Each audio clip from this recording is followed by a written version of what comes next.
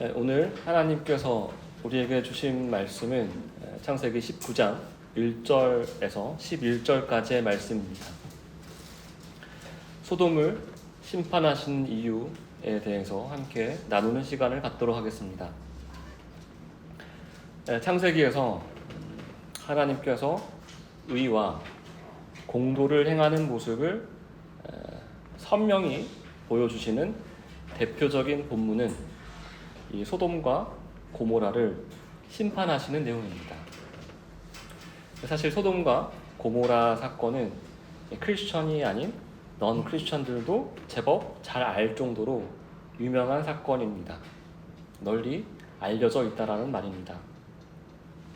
유황과 불을 비같이 내리심으로 흔적조차 남기지 않고 멸하신 강렬한 하나님의 심판 사건이기 때문입니다.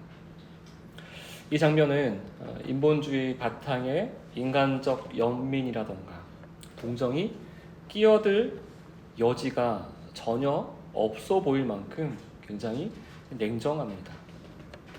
그래서 언뜻 보면 하나님의 심판은 지나치게 차갑고 마치 사랑이 결여된 것처럼 심지어는 과도한 처사처럼 느껴지기도 합니다. 우리는 크리스천으로서 하나님께서 이렇게까지 행하신 이유는 과연 무엇이었는지 반드시 깊이 묵상해야 할 것입니다. 공의로우시며 또한 자비로우신 하나님께서 소돔을 심판하신 이유는 과연 무엇이었을까요? 심판의 확증을 위하여서 소돔 사람들이 심판을 받을 때 변명의 여지를 없애기 위해 법관의 역할을 행할 하나님의 메신저들이 소돔 땅을 찾았습니다. 창세기 19장 1절 말씀 함께 읽도록 하겠습니다. 저녁 때 그 두 천사가 소돔에 이르니 마침 롯이 소돔 성문에 앉아 있다가 그들을 보고 일어나 영접하고 땅에 엎드려 절하며. 이전 장 창세기 18장 아브라함 장막에서 출발했던 두 천사, 두 메신저들이 저녁 때 소돔에 도착했습니다. 그때 마침 롯이 소돔 성문에 앉아 있다가 그들을 보게 되었습니다. 그리고 롯은 두 메신저들을 보자마자 이렇게 반응을 합니다. 어떤 반응을 합니까? 앉아 있는 상태에서 일어나 그들을 영접할 뿐만 아니라 땅에 엎드려 절을 합니다. 우리가 살펴보았던 본문 말씀 중 우리의 뇌리를 스치는 장면, 비슷한 장면이 여러분 우리의 머릿속에 떠오르지 않으십니까? 바로 이전 장 18장에서 말씀하신 날이 뜨거울 때 여호와께서 사람의 몸을 입고 아브라함의 장막을 찾으신 장면입니다. 바로 창세기 18장 1절과 2절 말씀인데 제가 천천히 한번 읽어보겠습니다. 여호와께서 마므레에 상수리 나무들이 있는 곳에서 아브라함에게 나타나시니라. 날이 뜨거울 때 그가 장막문에 앉아 있다가 눈을 들어 본즉 사람 셋이 맞은편에 서 있는지라. 그가 그들을 보자 곧 장막문에서 달려나가 영접하며 몸을 땅에 굽혀. 날이 뜨거울 때 아브라함을 찾으신 하나님께서 이제는 저녁 때에 롯을 만나십니다. 아브라함 그리고 롯이 이 두 사람이 나그네들을 보고 행한 반응은 놀랍게도 매우 흡사합니다. 몸을 땅에 엎드려 절을 하였습니다. 우리는 롯이 두 나그네가 하나님께서 보내신 천사인지 알아보고 엎드려 절한 것 아닌가 또 한번 생각해 봄직합니다. 그러나 창세기 19장 1절에서 그들을 두 천사라고 표현한 것은 우리와 같은 독자들에게 그들의 정체를 알려주기 위한 성경 기자의 설명이지 롯이 처음부터 그들을 천사로 알아보았다라는 사실을 기록한 것은 아닙니다. 다시 말해 롯 역시 아브라함과 동일하게 말라크 천사로 번역된 하나님의 메신저들을 특별한 존재라고 생각해서 그들을 대한 것이 아니었다라는 말씀입니다. 창세기 18장에서 함께 살펴보았듯이 히브리서 13장 2절은 이렇게 말씀합니다. 손님 대접하기를 잊지 말라. 이로써 부지 중에 천사들을 대접한 이들이 있었느니라. 롯 역시 이 말씀의 대표적인 사례 가운데 하나라고 할 수 있습니다. 롯은 자신이 맞이한 나그네들이 이 천사라는 사실을 알지 못한 채 그들을 대접했습니다. 이는 이어지는 문맥을 통하여서도 확인할 수가 있는데요. 두 천사가 자신들의 초자연적인 능력을 드러내기 전까지는 롯은 그들이 구체적으로 누구인지 알지 못했기 때문입니다.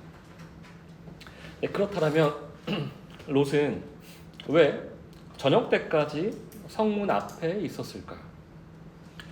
롯이 단순히 지나가다가 마침 성문에 이르렀고 우연히 성문 앞에서 잠시 피로를 달래던 중 두 나그네를 보았다라고 보기보다 롯이 소돔 안에서 사회적 위치를 가졌기에 그가 하루 종일 하루를 마치는 저녁 때까지 성문 앞에 앉아 있었던 것으로 볼 수 있습니다.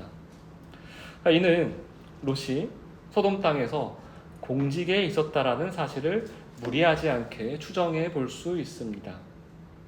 왜냐하면 성경에서 성문은 재판과 법적 판결이 이루어지는 곳이며 거래와 계약이 이루어지는 공적인 공간이었기 때문입니다. 후에 이어지는 문맥에서 누구든 롯이 누구인지 알 수밖에 없는 위치에 있는 자였으며 롯이 소돔을 떠나지 못했던 이유, 소돔에 매여 있었던 이유를 동시에 설명할 수 있는 근거가 됩니다. 롯은 소돔 사회에서 먹고 살 만한 부를 축적했고 영향력을 끼칠 수 있는 위치에 있는 인물이었을 가능성이 높다라고 볼 수 있습니다.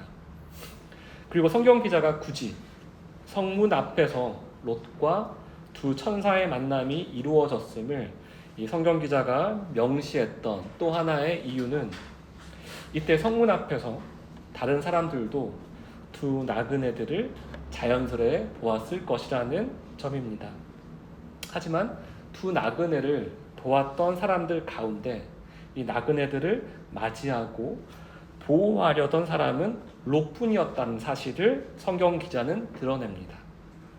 이 롯을 제외한 다른 소돔 사람들은 나그네들을 대접하고 환대하고자 하는 마음이 없었던 것입니다. 그렇다면 이제 롯은 두 나그네들을 어떻게 맞이하였는지 2절 말씀을 함께 살펴보겠습니다. 2절 말씀 함께 읽겠습니다. 이르되 내 주여 돌이켜 종의 집으로 들어와 발을 씻고 주무시고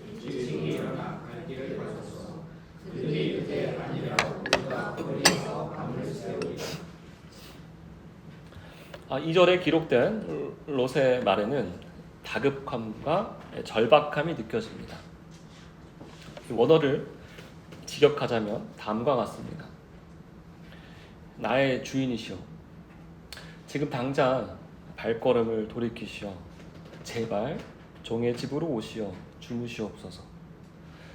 제 집에서 당신의 발을 씻으시고 아침 일찍 일어나시어 당신의 갈 길을 가시옵소서. 롯의 말은 나그네들을 향한 일반적인 따뜻한 초대가 아니었습니다.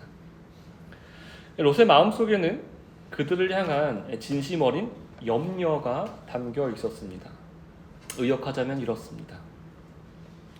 오늘 밤만큼은 길거리에 머물지 마십시오. 이 성읍 안에 오래 머무르지 마시고 속히 떠나시어서 가시던 길을 가시길 바랍니다. 롯은 최소한 소돔이라는 도시가 어떤 곳인지 잘 알고 있었습니다. 특히 나그네들에게 얼마나 위험한 곳인지 잘 알고 있었습니다. 그렇기에 이 낯선 나그네들이 저녁 때 성문 앞에서 기웃거리는 모습을 보고 지나칠 수가 없었던 것입니다. 그런데 이 두 나그네, 곧 이 두 천사는 롯의 제안을 거절합니다. 그들이 다음과 같이 이릅니다. 아닙니다. 우리는 거리에서 밤을 새울 것입니다.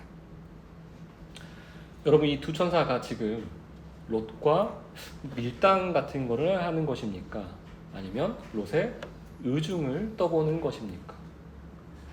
이 본문의 문맥으로 살펴볼 때 이 두 천사들, 이 두 메신저들이 롯의 말을 무시했다라거나 그의 제안이 마음에 들지 않았다라고 보기보다는 롯이 형식상 하는 말인지 그의 진심이 무엇인지 한 번 더 확인하시고자 했던 것으로 보여집니다. 그렇다면 왜 그랬던 것일까요? 사실 창세기 19장 1절과 2절의 이 표면적인 내용을 보고 있느라면 우리가 일반적으로 생각했던 롯보다 매우 모범적인 모습을 보이는 것 같지 않습니까? 말썽꾸러기 롯이 이 정도의 사람이었어? 라는 생각이 드시지는 않으셨습니까? 하지만 지난 본문이죠. 창세기 18장 3절에 기록된 아브라함의 초대와 그리고 오늘 본문 말씀 창세기 19장 2절에 기록된 롯의 초대를 비교해 보시기를 바랍니다. 아브라함은 은혜의 주권이 주인 되시는 나그네들에게 있음을 고백했었습니다. 하지만 오늘 본문에 기록되는 롯은 좀 애매합니다. 롯의 초대의 말을 살펴보자면 두 나그네를 주인이라고는 부르고 있지만 실제로 은혜를 베푸는 은혜의 주권은 오히려 자기 자신에게 속해 있다라고 믿고 있는 듯합니다. 다시 말씀드리지만 아무도 거들떠보지 않는 이 두 나그네를 초대한 롯의 마음은 세상 기준에서는 칭찬받아 마땅하겠지만 그가 나그네들을 참 주인으로 보는 건지 그저 위험해 보이는 나그네들을 도와주고자 했던 건지 자신의 신념을 지키기 위해 최소한의 율법을 지키고자 했던 건지 사실상 2절 말씀에 기록된 롯이 말한 내용만으로는 우리가 정확하게 알 수가 없습니다. 그야말로 롯의 말은 참 애매합니다. 두 나그네의 거절 의사를 들은 롯은 다음과 같은 반응을 보입니다. 3절 말씀입니다. 함께 읽겠습니다. 롯이 간청함에 그제서야 돌이켜 그 집으로 들어오는지라 롯이 그들을 위하여 식탁을 베풀고 무교병을 구우니 그들이 먹으니라. 롯이 간청합니다. 여기서 간청, 히브리어 타살은 제발요, 이 플리즈라며 애걸복걸 구걸하듯이 요청하는 것 그 이상을 말합니다. 여기서는 롯이 거절하는 두 나그네를 계속적으로 끈질기게 설득하여 받아들일 수 있도록 최선을 다해 애쓴 표현입니다. 게다가 히브리어 메오드는 강도를 극대화시키는 부사인데요. 이 3절에서는 이 메오드, 타살 이 두 단어를 함께 써서 롯이 지금 매우 강하게 간청했다라고 성경은 표현하고 기록하고 있습니다. 구약 성경 전체에서 타살과 메오드를 함께 쓴 표현은 오늘 본문이 유일합니다. 이 롯의 간청은 그가 죄와의 타협 간에 깊이 얽혀 있는 사람임에도 불구하고 믿음의 흔적과 경건한 양심이 살아 움직이는 하나의 표징으로 볼 수 있는 것입니다. 이로써 롯의 행동이 형식적인 예의에 그치지 않고 율법적이며 또 위선적인 행동이 아니었음을 오늘 본문 3절 말씀에서 보여주고 있는 것입니다. 그제서야 두 나그네는 돌이켜서 롯의 집으로 들어옵니다. 롯은 이제 손님 맞이를 본격적으로 합니다. 두 손님을 위하여서 무엇을 준비합니까? 무교병을 준비합니다. 그런데 그 많은 음식 중 왜 무교병을 구웠을까요? 라는 의문을 우리에게 남깁니다. 무교병은 반죽을 부풀리는 시간이 필요하지 않았기에 빨리 준비할 수 있는 음식이었습니다. 그렇게 긴급한 상황에 적합한 음식이었다라고 볼 수 있습니다. 하지만 이 무교병을 준비한 것이 결코 두 나그네들에게 신뢰가 되었다거나 성대히 접대하지 않았다라고 볼 수는 없습니다.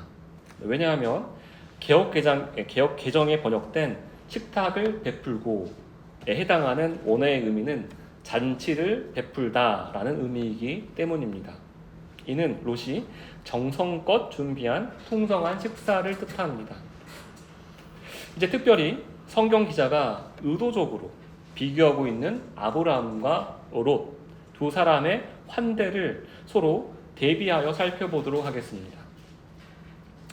창세기 18장에서 아브라함이 나그네들을 위해 준비했던 접대와 오늘 본문 창세기 19장에서 롯이 두 나그네를 맞이하며 베푼 접대를 비교해 보면 어떤 차이점이 두드러지게 보이십니까? 오늘 본문 3절을 원어를 읽어보면 롯이 식탁을 베풀었다. 롯이 무교병을 구웠다 라고 기록되어져 있습니다. 이는 다른 이들과 함께 접대 준비를 했던 아브라함과 차이점이 극명히 나타납니다. 이는 한 가정 안에서도 한 마음이 아니었음을, 한 뜻이 아니었음을 각자 자신이 원하는 바대로 살고 있었던 가정의 행태가 소돔 도시 안에 만연했다라는 사실을 은연중에 드러내는 것입니다. 이는 롯의 가정 역시 예외가 아니었던 것입니다. 이제 두 나그네는 저녁도 배불리 먹었고 잠자리에 누워 평안히 쉬는 일만 남았습니다. 그러나 그들이 잠자리에 눕기 전 소란스러운 일이 벌어집니다. 어떤 일이 벌어졌는지, 어떤 일이 일어났는지 4절 말씀과 함께 살펴보겠습니다. 함께 4절 말씀 읽겠습니다. 그들이 눕기 전에 그 성사람 곧 소돔 백성들이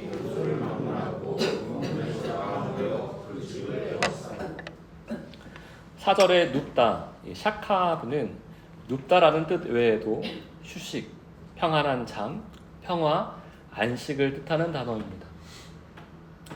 우리가 잘 아는 바 지금은 롯이 두 나그네를 접대하고 있는 상황입니다. 사람이 잘 먹고 안전하게 보호받는 곳에 있을 때 자연스럽게 누리게 되는 것이 바로 쉼과 평안, 곧 안식인데 롯의 집 내부에서도 좀 애매하게 롯이 혼자서 이 두 나그네들을 섬겼던 모습이 보이지 않았습니까? 그런데 이제 롯의 집 밖까지 소란스러운 것입니다. 그것도 눕기 전에 집 밖이 소란스러워졌습니다. 이는 롯의 집 밖에서 일어나는 일이 롯의 집 안까지 영향을 줄 수 있다는 사실을 말해줍니다. 다시 말해서 우리가 살아가는 공간이 주변 환경과 이웃들의 영향력으로부터 결코 자유로울 수 없다는 사실을 보여주고 있는 것입니다.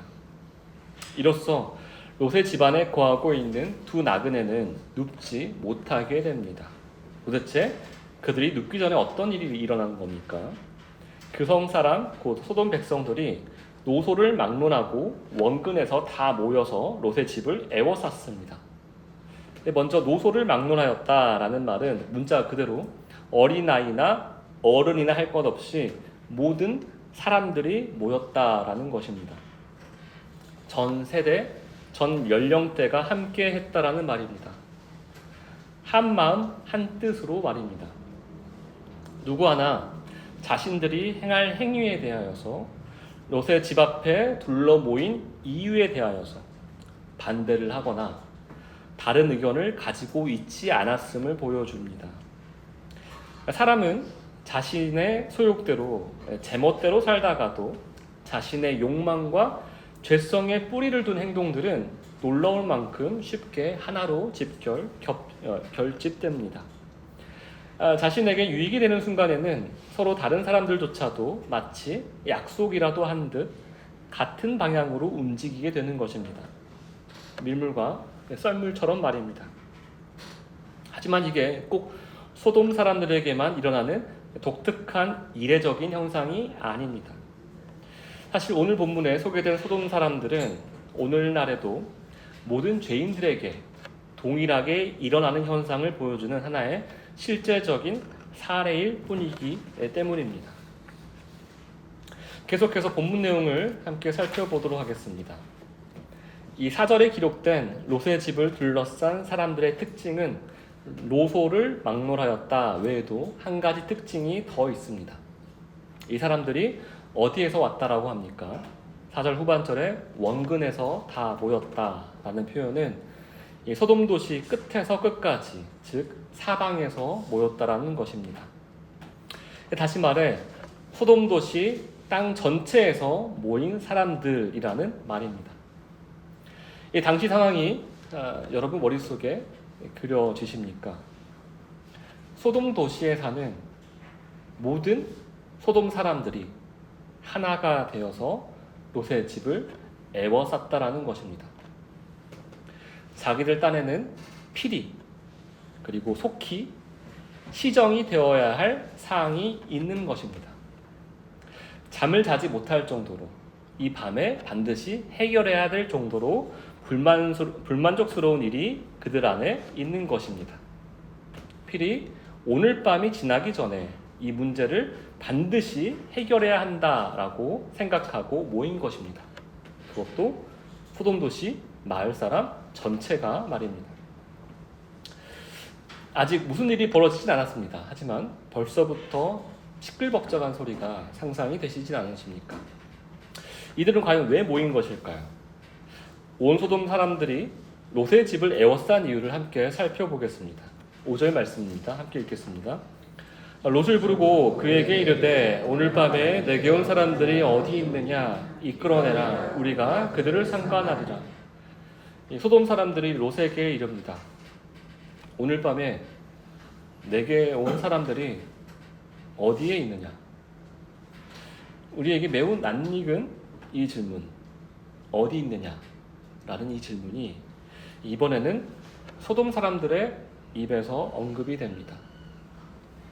우리가 지난 창세기 18장에서 여호와 하나님께서 아브라함에게 사라가 어디에 있느냐? 라고 물으신 장면과 사실 동일합니다. 의도적인 평행 구조입니다. 이 소돔 사람들이 정말 몰라서 두 나그네가 어디에 있는지 몰라 물어보는 것입니까? 아닙니다. 이들 역시 알고 있지만 알고 롯의 집을 찾은 것이지만 물어봅니다. 소돔 사람들이 이 질문을 하는 구체적인 목적이 무엇입니까? 여러분, 하나님께서 아브라함의 장막을 방문하여서 장막 안에 있는 사라에게 사라가 어디에 있는지 물어보시며 하나님께서 사라에게 이 말 하나님의 언약을 계시하셨던 그 이유는 분명 생명을 주시기 위함이었습니다. 그러나 오늘 본문에 기록된 소돔 사람들이 롯의 집을 방문하여 두 나그네가 어디에 있는지 묻는 이유는 하나님과는 반대로 가장 연약한 존재를 해치기 위한 목적인 것입니다. 이 성경 저자는 이 대칭적 문학 구조를 통하여서 하나님의 자리에서 하나님을 흉내내는 자들이 모든 소돔 사람들임을 드러내고 동시에 그들의 악한 권위를 드러내고 폭로하고 있는 것입니다. 소돔 사람들은 이어서 말을 합니다. 그들을 이끌어내라. 우리가 그들을 상관하리라. 안전한 공간인 롯의 집에서 안전하지 않는 공간 소돔 도시 길거리로 끌어내라는 명령입니다. 그 이유가 무엇입니까? 그 이유가 바로 상관하기 위해서라고 합니다. 여기서 상관하다로 번역된 히브리어 야다는 본디 알다라는 뜻입니다. 이 야다가 하나님의 언약 백성들을 대상으로 쓰일 때는 하나님과의 친밀한 교제를 강조할 때 쓰이는 단어입니다. 하지만 오늘 본문 5절에서는 이 두 나그네를 대상으로 한 폭력적인 성적 학대를 가리킵니다. 그래서 이를 의역한 이 NIV 성경은 We can have sex with them 이라고 번역하며 소돔 사람들의 의도를 보다 분명하게 드러냅니다. 여러분, 하나님께서 그의 백성들을 부르시는 이유를 생각해 보시길 바랍니다. 또한 죄인인 우리로 하여금 하나님과의 친밀한 관계를 허락하신 이유가 무엇이었습니까? 참 평안과 참된 안식을 매일 새롭게 하나님 안에서 누리기 원하셨기 때문입니다. 그러나 오늘 본문에 드러난 소돔 사람들의 모든 삶의 행태는 참으로 끔찍합니다. 자기 스스로 하나님 자리에 앉아 주인 행세를 하는 모든 죄인의 실상은 사실 소돔 사람들과 크게 다르지 않습니다. 주인이 아닌 자가 주인 노릇을 할 때 죄인은 이웃을 어떻게 유린하고 또한 어떻게 해치는지 그 참혹한 실상을 오늘 본문 말씀이 가감없이 보여주고 있는 것입니다. 여러분, 이 가증스러운 주인 행세보다 사실 더 충격적인 사실이 무엇인지 아십니까?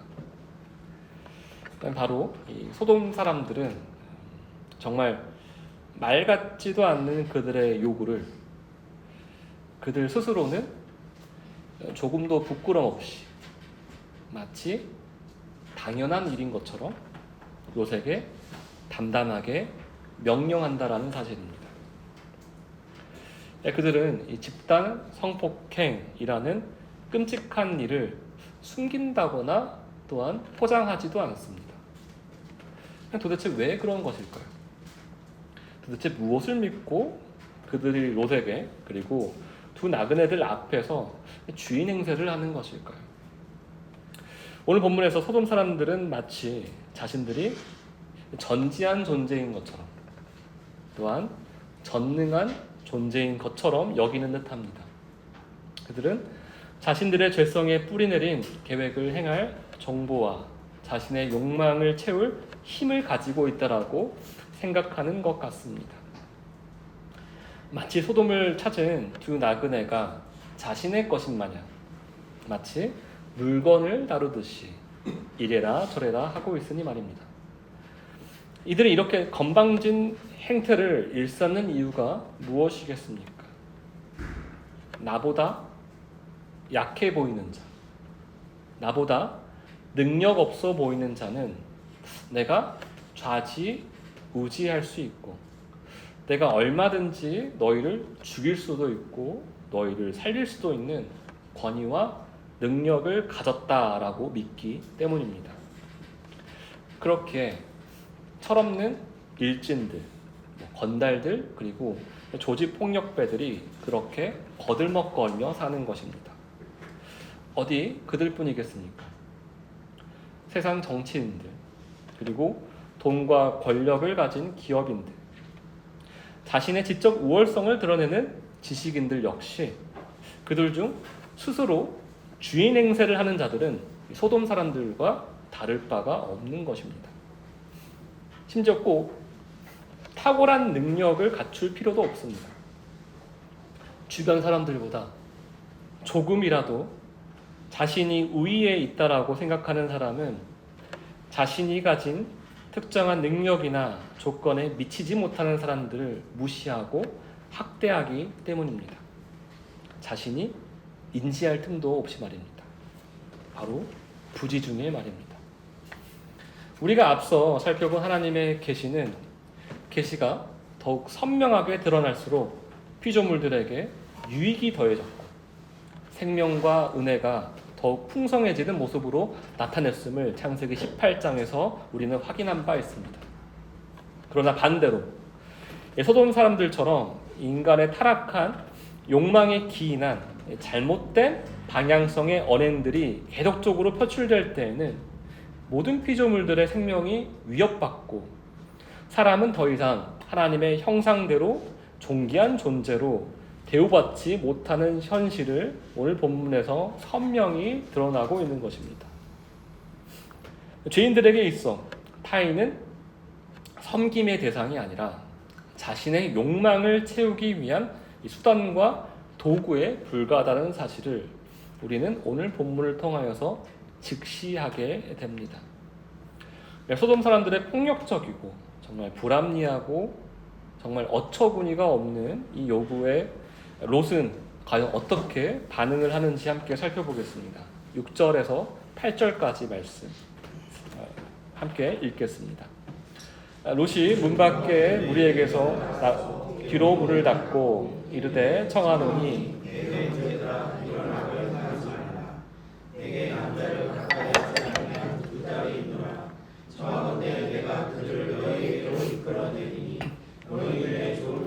그들에게 행하고 이 사람들은 내 집에 들어왔은즉 이 사람들에게는 아무 일도 저지르지 말라. 롯은 어떻게 반응을 하고 있습니까? 6절, 7절, 그리고 8절 말씀을 보시면 다음과 같은 세 가지 반응이 나옵니다. 먼저 6절 말씀을 살펴보겠습니다. 6절을 보시면 롯은 어떤 행위를 합니까? 문을 닫습니다. 최소한의 물리적 경계를 두는 것입니다. 광기에 소돔 사람들로부터 이 두 나그네를 보호하기 위해서 롯은 문을 닫았습니다. 그리고 7절 말씀, 소돔 사람들을 롯이 타이릅니다. 어떻게 그들을 타이릅니까?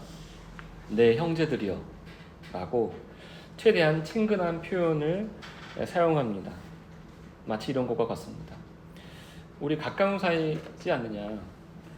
같은 도시에 사는 그래도 서로 잘 알고 지내는 사이 아닌가? 친분을 과시하면서 그리고 이 친분을 앞세웁니다. 롯이 자신이 생각할 때 관계적으로 최소한의 안전장치를 두었다라고 생각했는지 이제는 자신의 뜻을 간절한 마음을 담아 소돔 사람에게 이렇게 말합니다. 나의 형제들이여, 제발 당신들의 악행을 멈추어 주세요 라고 말입니다. 롯은 최소한 소돔 사람들이 행하려고 하는 행위가 악한 줄 깨달아 알고 있었습니다. 사실 오늘 본문 속에서 소돔 도시 안에서 행해지고 있는 이 악행을 알고 있는 유일한 사람이 바로 롯이라 할 수 있겠습니다. 이 롯의 이 훈계를 통하여서 소돔 사람들은 최소한 자신들의 행위가 악하다라는 사실을 들을 수 있는 기회를 얻게 되었습니다. 롯의 두 나그네를 위한 보호는 여기서 멈추지 않습니다. 이 8절 말씀에 롯의 세 번째 반응이자 그의 마지막 보호책이 기록되었습니다. 그의 마지막 보호책은 두 나그네를 보호하기 위하여서 자신의 두 딸을 소돔 사람들에게 맡겨버리는 것입니다. 심지어 광기 어린 이 소돔 사람들에게 어떻게 하든지 상관없습니다 라는 말과 함께 말입니다. 그에 대한 답례 차원에서 자신의 집에 거하고 있는 두 나그네들의 이 안전을 책임져 달라라는 이 당부의 말을 전합니다. 마치 자신의 두 딸을 고귀한 희생 제물인 것 마냥 소돔 사람들과 무엇을 하고 있습니까? 거래를 하고 있는 모습이 기록되어져 있습니다. 여러분이 보시기에는 롯의 이 세 가지 반응, 특별히 이 8절 말씀에 기록된 마지막 반응, 자신의 두 딸을 소돔 사람들에게 내어주는 행위가 어떻게 보이십니까? 와, 어떻게 자신의 딸까지 희생을 시켜가면서 나그네들을 보호하려고 하는 거지. 그의 행동이 당대의 의인의 행동처럼 여러분은 보이십니까? 영웅적 행위로 보이십니까? 아니면 그래도 저거는 좀 너무했지. 저게 과연 크리스천이 행해야 할 바른 행동일까? 라고 생각하시며 고개를 갸우뚱거리고 계십니까? 여러분이 롯의 상황에 처했다라면 두 딸을 키우는 아버지로서 어떻게 하실 것 같습니까? 롯의 행위는 정녕 당시 문화 속에서 최고 수준의 환대를 실천하는 모습으로 보아야 할까요? 이 손님들을 지키기 위해 어쩔 수 없었던 자기 희생적 의인의 행위로 보아야 할까요? 롯의 행위는, 롯의 제안은 잘한 일일까요? 잘 못한 일일까요? 만약에 잘못되었다면 도대체 어디서부터 무엇이 잘못된 것일까요? 롯은 소돔 사람들이 집 안으로 들어오지 못하도록 우선 문을 닫았습니다. 그리고 그들을 돌이키기 위하여서 우리는 한 형제라는 이 사실을 내세우며 거래 아닌 거래를 하고 회유 아닌 회유를 합니다. 권징 아닌 권징을 하고 훈계 아닌 훈계를 합니다. 그러나 가만히 들여다보면 롯의 모습은 죄를 책망하고 그들을 돌이키려 하기보다는 그저 어르고 달래는 모습에 가깝습니다. 그의 목적이 소돔 사람들을 죄에서 돌이키게 하는 데 있기보다는 눈앞에 닥친 최악의 상황을 어떻게든 막아내고 차악이라도 선택하게 하려는 데 있는 것처럼 보입니다. 다시 말해 소돔 사람들의 악행을 근본적으로 막을 수 없다라는 생각이 이미 롯의 행동 깊은 곳에 자리하고 있었던 것입니다. 여러분 한번 생각을 해보십시오. 세상에 최악이 무엇이고 최악이 어디 있고 또 차악이 어디에 있겠습니까? 죄의 경중을 어떻게 따질 수가 있겠습니까? 롯의 행동은 한마디로 이렇게 정리할 수 있습니다. 참 애매합니다. 롯의 삶을 보면, 롯의 행동들을 보면 얼핏 보면 믿음의 사람처럼 보이는데 자세히 보면 사실 굉장히 허술합니다. 이 8절에 기록된 롯의 행위를 찬찬히 살펴보시길 바랍니다.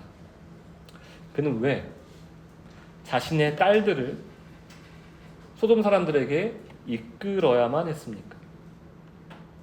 정녕 소돔 사람들 눈에 좋은 대로 행하게 내버려 두어야만 했습니까?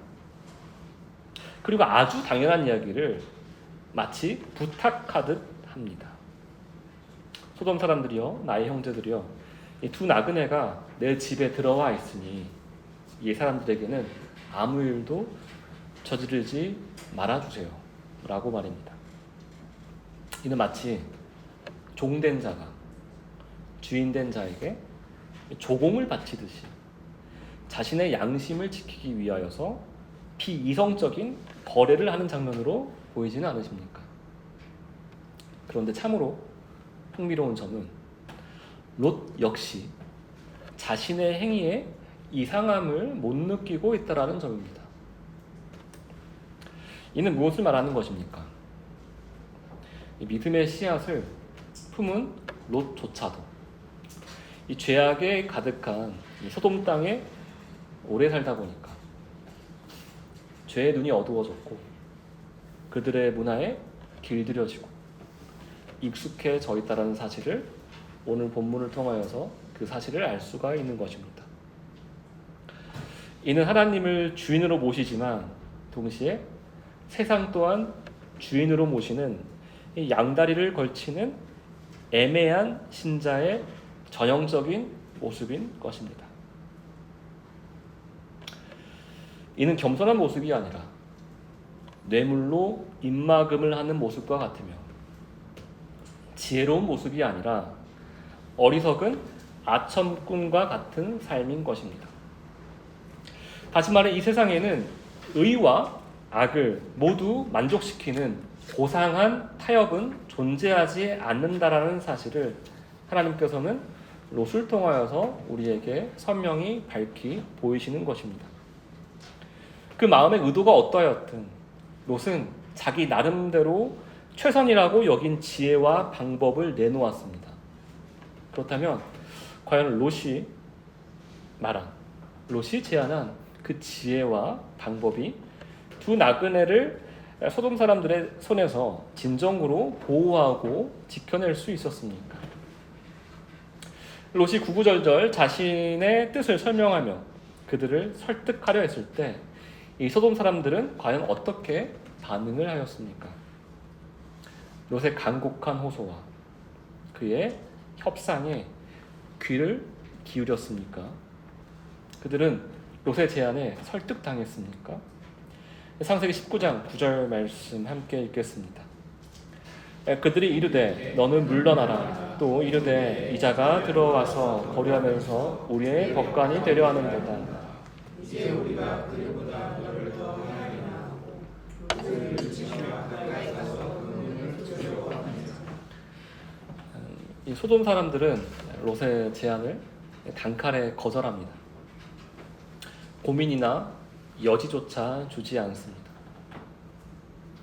사실 100번 양보해서 이 소돔 사람들이 롯의 제안을 받아들인다고 해서 그들이 잃을 것이 있습니까? 그들은 잃을 것도 없는데 롯의 나름 좋은 제안, 지혜로운 제안을 단칼에 거절했습니다. 그렇다면 소돔 사람들은 도대체 왜 롯에게 물러나라 라고 하는 것일까요? 이 물러나라를 원어로 직역하면 우리에게 가까이 오지 말아라, 우리로부터 떨어져라 라는 의미인데 의역을 하면 이렇습니다. 우리 일에 상관 말아라, 우리 삶에 간섭하지 말라 라는 이 중의적 의미 또한 가지고 있는 게 바로 물러나라 라는 단어 안에 있습니다. 한마디로 우리가 지금 가고자 하는 문 앞에서 너가 무엇이 난데, 너가 누군데 중재자 노릇을 하는 것이냐 하는 것입니다. 그런데 이 소돔 사람들은 롯이 자신들에게 무슨 일을 행했다고 이렇게 화가 나 있는 것일까요? 롯의 언행 중 어떤 점이 그들의 마음을 불편하게 만들었던 것일까요? 그들은 롯이 마치 자신들의 법관이 되어서 이것은 죄고 저것은 의다 라고 말하며 자신들과는 다른 선과 악의 기준을 내세워서 자신들을 판단하는 그 태도가 마음에 들지 않았던 것입니다. 왜 그랬겠습니까? 롯의 태도는 자신들이 붙들고 있던 권위와 능력에 정면으로 도전하는 것처럼 느껴졌기 때문입니다. 더 나아가 자신들이 옳다고 믿으며 살아온 삶의 가치관 자체가 무너질 수 있다는 사실을 그들은 극도로 두려워했던 것입니다. 그러니 내가 감히 누구인데 우리를 판단하느냐라는 것입니다. 어디 이방인 주제, 어디 한낱 나그네 주제, 너가 감히 우리에게 이래라 저래라 하는 것이냐 하며 자신들의 사회적 신분과 다수의 힘, 이 군중의 힘을 내세워서 이방인인 롯을 비아냥거리며 위협했던 것입니다. 이제 소돔 사람들의 행동은 점점 더 괴팍해지고 과격해집니다. 그들은 롯의 집에 거하는 이 두 나그네들을 해치겠다라는 이 계획을 그대로 가져갑니다. 소돔 사람들과 두 나그네 사이에 걸리적거렸던 그리고 방해 요소로 적용됐던 롯과 문을 그들의 능력으로 제거하려 합니다. 롯을 밀치고 문을 부수려 합니다. 소돔 사람들의 행동은 마치 불도저를 보는 듯합니다. 자신의 계획을 방해하는 것이 무엇이든 쓸어 없애려고 하기 때문입니다. 그렇다면 이제 롯과 두 나그네는 어떻게 되는 것일까요? 10절과 11절 말씀을 함께 읽겠습니다.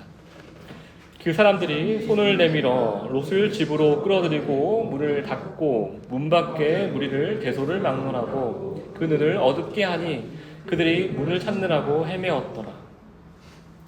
9절까지의 말씀은 롯이 자기 나름대로 두 나그네를 보호하기 위해 중재자로 나서서 시도해 보려 했던 모든 지혜가, 모든 방법이 수포로 돌아갔음을 함께 확인하였습니다. 오히려 롯의 행동은 소돔 사람들을 더 자극시켰습니다. 이제 10절 말씀에는 누가 등장합니까? 가장 위기의 순간 롯의 집안에서 모든 일을 지켜보고 듣던 이 두 나그네가 개입합니다. 롯을 먼저 집으로 끌어들입니다. 그리고 문을 닫아서 집 안과 집 밖을 구분합니다. 집 밖에 있는 소돔 사람들을 어떻게 합니까? 집 밖에 있는 소돔 사람들, 그 모든 무리들의 대소를 막론하고 그들의 눈을 어둡게 합니다. 다시 말해 하나님께서는 롯의 집을 보호하시고 소돔 사람들에게는 심판이 임박했다라는 사실을 알려주십니다. 하나님은 이 택하신 자, 곧 언약 백성의 참 방패가 되어주시고 동시에 회개하지 않는 자들의 모든 불법적인 일들을 무력화시키십니다.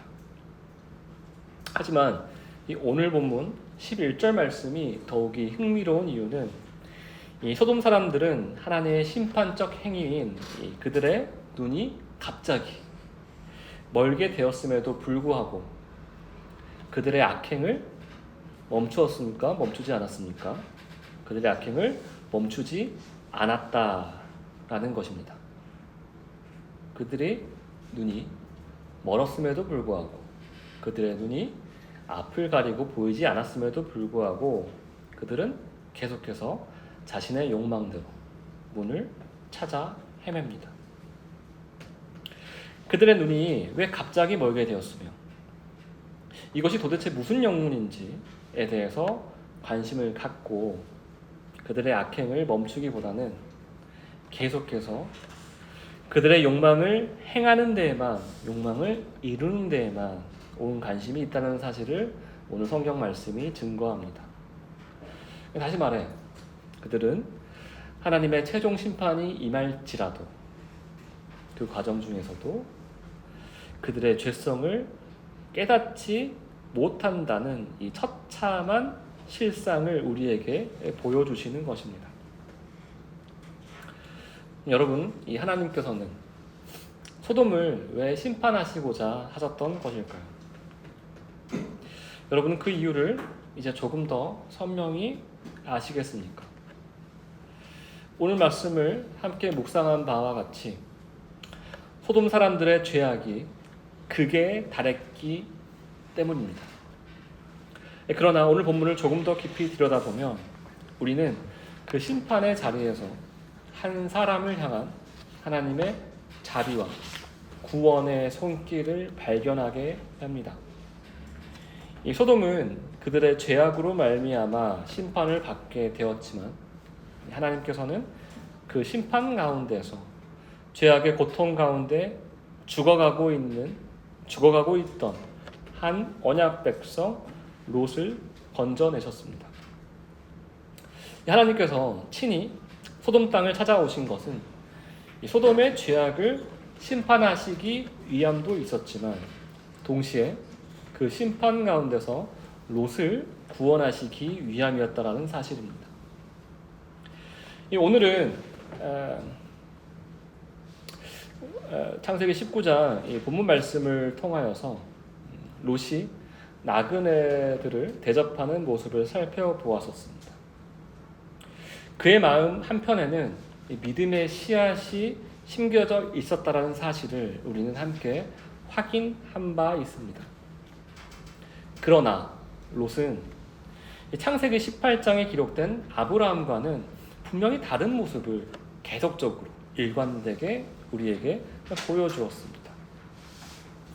롯은 소돔이라는 땅에 오래 머물렀던 동안 이 죄에 점점 무뎌져 있었던 사람이었습니다. 하나님과 소돔 두 주인을 섬기고 있는 자였습니다. 거래와 타협에 익숙한 자였으며 죄를 죄로 덮으려는 자였습니다. 하지만 하나님께서는 롯처럼 연약한 자를 위하여 소돔 땅을 친히 찾으셨던 것입니다. 마치 잃은 양과 같은 자를 구원하시기 위하여서 흉폭한 악인들로부터 그를 보호하셨던 것입니다. 사실 롯은 믿음이 있다라고 하기에도 참 애매한 사람이라 할 수 있습니다. 왜냐하면 롯의 삶에서 믿음의 열매라 할 수 있는 부분, 믿음의 열매라 볼 수 있는 부분, 그런 부분이 그의 삶 속에서는 없기 때문입니다. 세상 사람들과 구별되어 보이나 구별되어 보이지 않는 이 애매한 사람, 정말 애매한 사람이 바로 롯이었습니다. 여러분, 우리 주변에도 롯과 같은 신앙을 가진 사람들이 참 많지 않습니까? 언뜻 보면 이 사람은 믿음이 있는 것 같기도 하고, 또 다시 보면 믿음이 없는 것 같기도 하는 그런 사람들. 세상과 구별되어 살아가는 것 같으면서도 또 어느 순간 세상에 깊이 물들어 있는 참으로 애매하고 연약한 신앙을 가진 사람들 말입니다. 그러나 오늘 본문을 통하여서 우리가 기억해야 할 사실이 하나 있습니다. 그것은 하나님께서는 그들이, 그 연약한 자들이, 하나님께서 택하신 언약 백성들이 죄에 길들여져 가는 모습을 결코 가만히 보고만 계시지 않으신다라는 사실입니다. 신약 성경 베드로 후서 2장 6절에서 8절 말씀 함께 찾아서 함께 이 말씀 읽고 오늘 말씀을 맺도록 하겠습니다. 신약 성경 베드로 후서 2장 6절에서 8절까지의 말씀입니다. 베드로 후서 2장 6절에서 8절까지의 말씀입니다.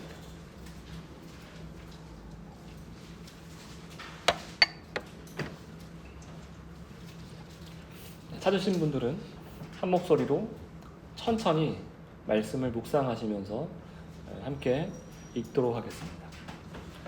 소돔과 고모라 성을 멸망하기로 정하여 제가 되게 하사 후세에 경건하지 아니할 자들에게 본을 삼으셨으며 무법한 자들의 음란한 행실로 말미암아 고통당하는 의로운 롯을 건지셨으니 이는 이 의인이 그들 중에 거하여 날마다 저 불법한 행실을 보고 들으므로 그의 의로운 심령이 상함이라.